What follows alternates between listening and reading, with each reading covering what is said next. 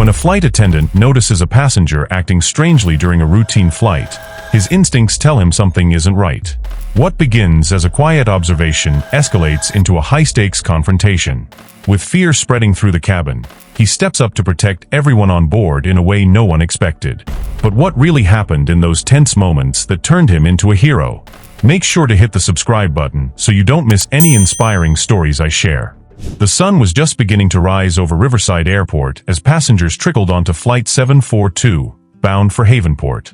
The terminal buzzed with the usual mix of hurried footsteps and early morning chatter. But aboard the plane, Marcus more moved with a calm confidence that came from years of experience.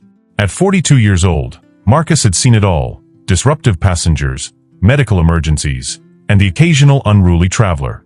He had earned a reputation among his colleagues for his unflappable demeanor and sharp intuition, traits that would soon be put to the ultimate test. As passengers settled into their seats, Marcus worked his way down the aisle, greeting travelers with a warm smile and offering assistance when needed. To the untrained eye, the flight was entirely routine. Families wrangled carry-ons into overhead bins, business travelers clutched their laptops, and a few early risers dozed against the cabin walls. But Marcus's trained eyes scanned the cabin with purpose, picking up on subtle details most would miss. From the way people interacted with their surroundings to how they responded to his greetings, Marcus had a mental checklist running, a skill honed over countless flights. About halfway down the aisle, a man caught Marcus's attention. He was seated alone in the middle of the cabin, fidgeting with the straps of a large carry-on bag tucked under his seat. The man's movements were jittery, his lips moving as though he were having a private conversation with himself. Occasionally, his gaze darted around the cabin, his eyes lingering on exit signs and the cockpit door. Though he tried to appear calm, Marcus could tell he was anything but. Something about the way the man gripped his bag, as if it contained his lifeline, set Marcus's nerves on edge. At first, Marcus didn't think much of it. Nervous flyers were a dime a dozen, and everyone had their quirks. But as the plane reached cruising altitude, the man's behavior grew more erratic. He began muttering louder, his hands gripping the armrests so tightly his knuckles turned white. When a flight attendant passed by offering drinks, he refused curtly, pulling his bag closer to his feet as though shielding it from prying eyes. Marcus, watching from the galley, couldn't shake the feeling that something was wrong. Years of training and instinct had taught Marcus to trust his gut. He discreetly approached the senior flight attendant, Sophia, who was preparing the beverage cart. Leaning in, he whispered, "There's something off about the guy in seat 14C. He's acting jittery. I think we should keep an eye on him."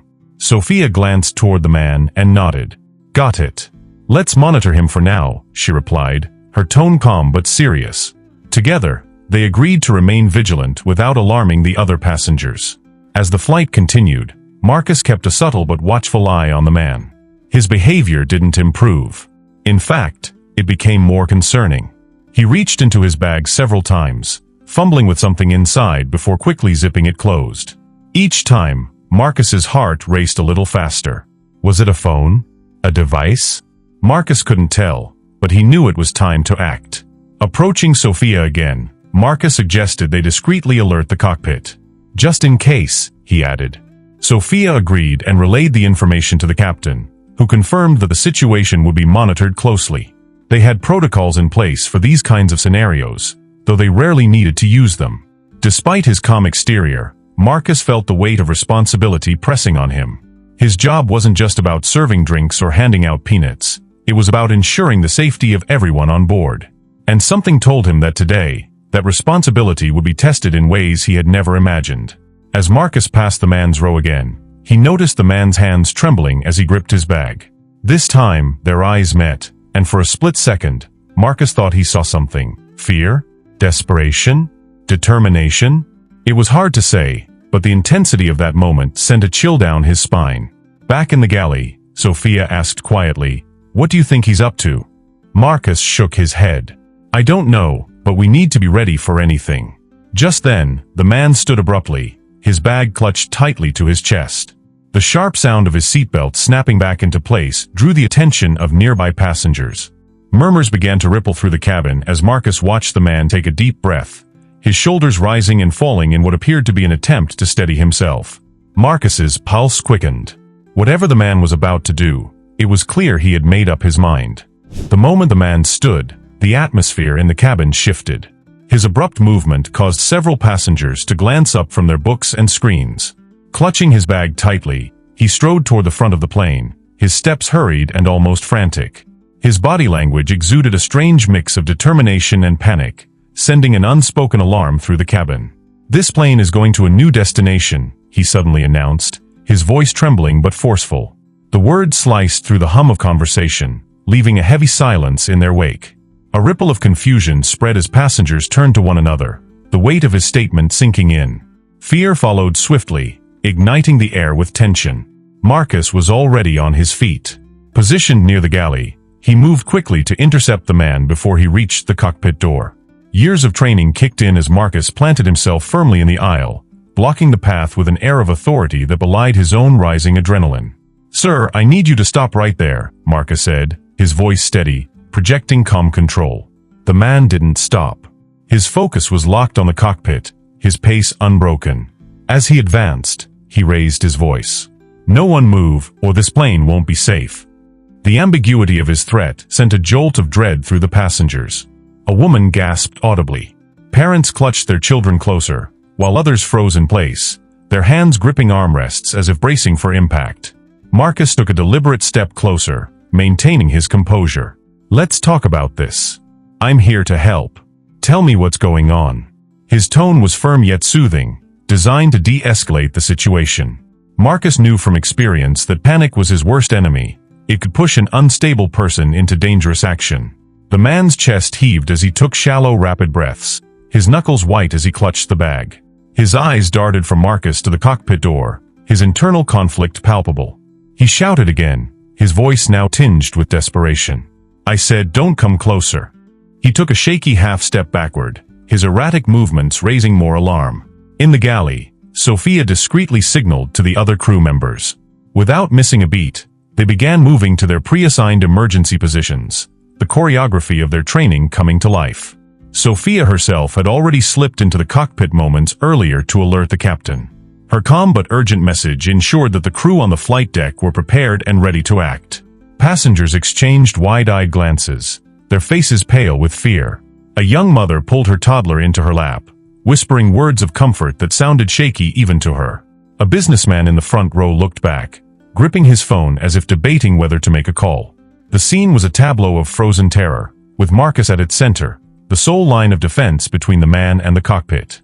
"Sir," Marcus began again, his voice unwavering, "you don't want to do this.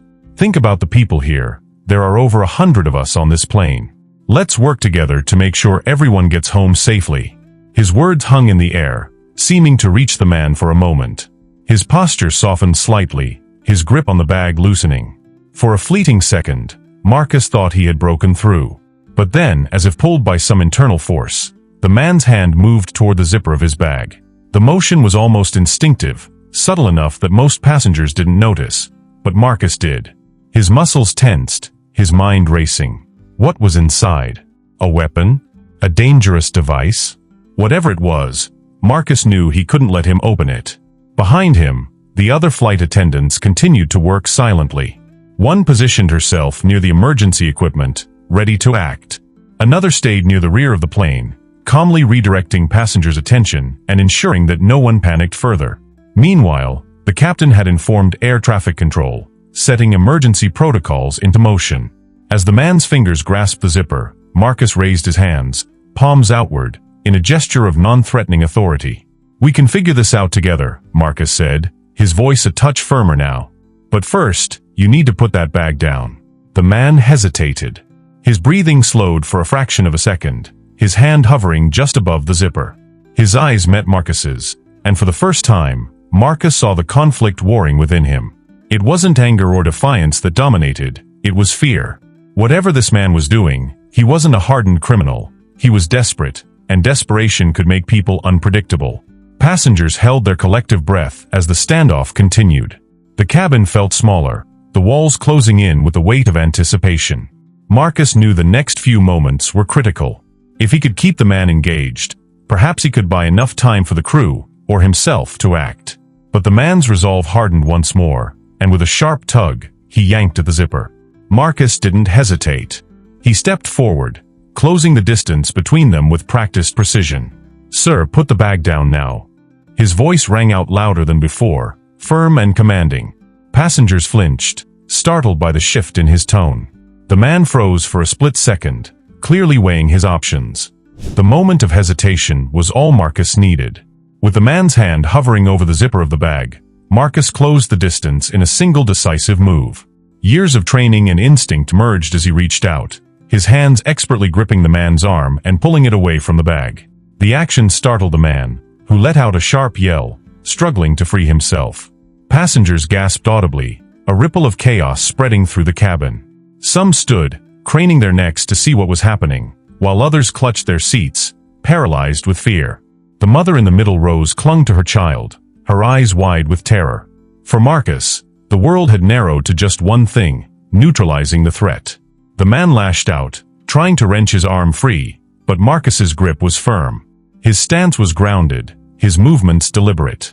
"Stay calm," Marcus ordered, his voice loud enough to command the attention of everyone in the cabin. He knew the power of authority in moments like this. It wasn't just about physical strength, it was about presence. Meanwhile, Sophia and another flight attendant sprang into action. They had moved closer during the confrontation, and now Sophia reached for the emergency restraint ties stored in the galley. The other flight attendant, a tall and athletic young man named Daniel, positioned himself to assist Marcus. Their teamwork was seamless, a testament to the hours they had spent training for situations they had hoped they would never face. The man continued to thrash, his movements frantic and uncoordinated. "Let me go," he shouted, his voice tinged with desperation. Marcus responded by shifting his grip, using the man's momentum against him.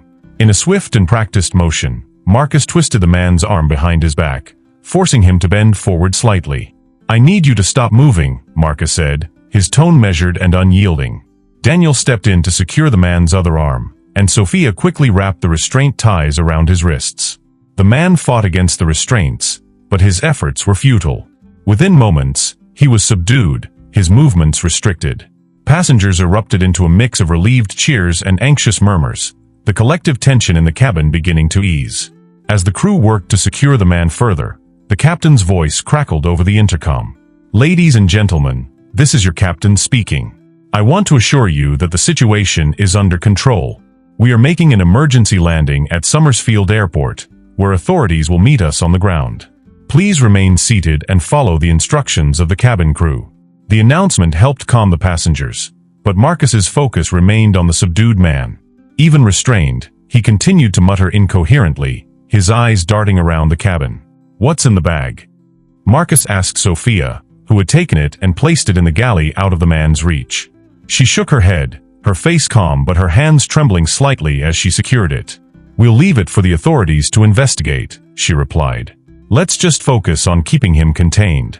The rest of the flight crew worked quickly to reassure the passengers.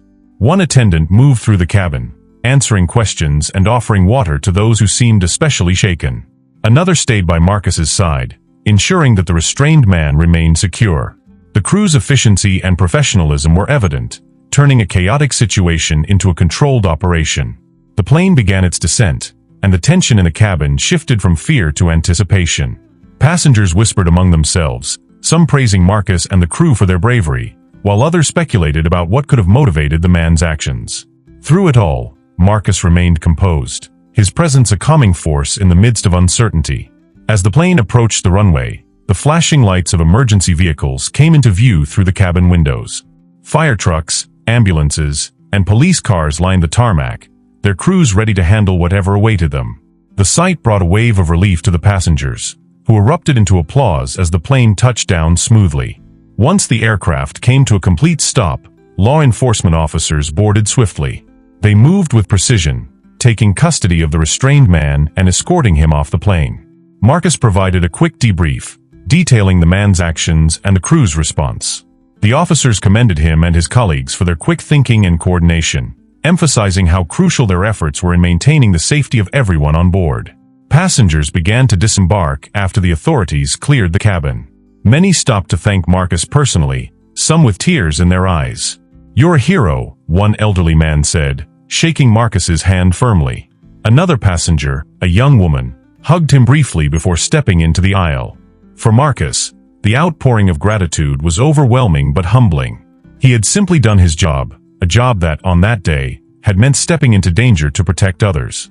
As the last passenger left the plane, Marcus finally allowed himself to sit down, the weight of the ordeal settling in. Sophia handed him a bottle of water, her expression one of quiet admiration. "You did good, Marcus," she said softly. He nodded, offering a faint smile. The danger had passed, but the gravity of what had happened lingered. The aircraft glided toward the runway at Summersfield Airport, the tension in the cabin still thick despite the captain's reassurances. Passengers sat stiffly in their seats, clutching armrests, backpacks, and each other.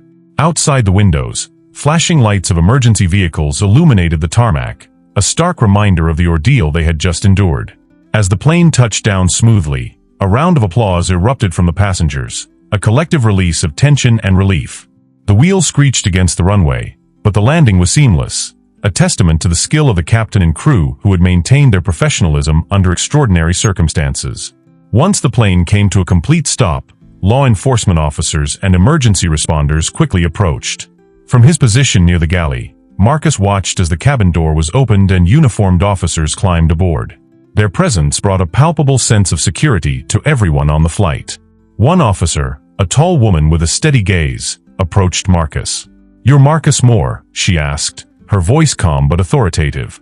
Marcus nodded, gesturing toward the restrained man seated near the front of the cabin. "That's him." He tried to access his bag and made threats to redirect the plane. "He's secured now, but the bag is in the galley. We didn't touch it, just moved it out of reach." The officer nodded and motioned to her team, who moved swiftly to take custody of the man. As they lifted him to his feet, he resisted briefly, muttering incoherently, but he was no match for the trained officers. They escorted him off the plane while another officer carefully retrieved the bag, ensuring it was handled with caution. Passengers craned their necks to watch as the man disappeared down the aisle, many of them whispering about the terrifying moments earlier. With the immediate threat removed, Marcus finally allowed himself a deep breath. He glanced around the cabin, checking on his colleagues and the passengers. The crew had already begun moving through the aisles, offering water and calm reassurances.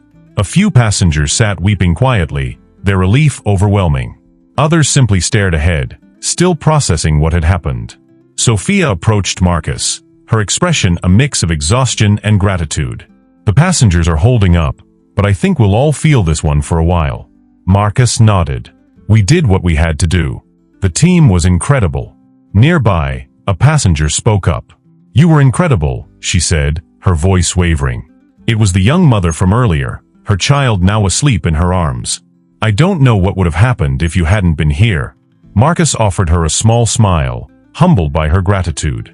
"We train for these situations," he replied, his tone modest. "But I'm glad you're safe. That's what matters." As the last few passengers began to disembark, Marcus noticed that many stopped to thank him and the crew personally.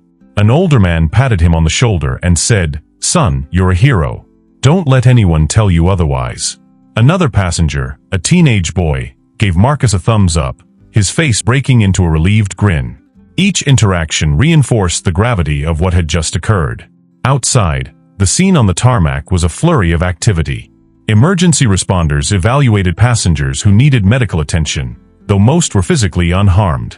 The subdued hijacker was placed into a waiting police vehicle, his fate now in the hands of the authorities. Back on board, Marcus and the crew conducted a final sweep of the cabin, ensuring everything was in order for the next leg of the journey. The atmosphere had shifted from tense to somber, with the weight of the incident hanging over everyone. Sophia, ever the professional, reminded the crew to take a moment to breathe. "Let's regroup before we move forward," she said, her tone gentle but firm. "We've been through a lot." After debriefing with the captain and law enforcement, the crew was informed that they had the all-clear to continue their journey. Passengers were gradually reboarded after receiving refreshments and support from the ground team. The gratitude of those who chose to stay on for the flight to Havenport was palpable. Many expressed their trust in the crew, despite the earlier scare. As the plane lifted off once again, a quieter but determined resolve filled the cabin. Though shaken, the passengers knew they were in capable hands. Marcus, now seated briefly in the galley, reflected on the incident. His body was tired, his mind racing, but he took solace in the fact that everyone was safe. "Marcus," Sophia said as she approached, her voice softer now. "You should know, the captain just radioed the airline. They're going to commend the whole crew. You especially." Marcus shook his head with a faint smile. "It was a team effort," he replied. "We all played a part." "Don't sell yourself short," Sophia said firmly. "What you did today, it's not something everyone could do." As the flight continued uneventfully toward its destination, the weight of the day began to lift. The cabin grew quieter, with many passengers falling into a much-needed sleep. For Marcus, the quiet wasn't just a relief, it was a reminder of why he did this job.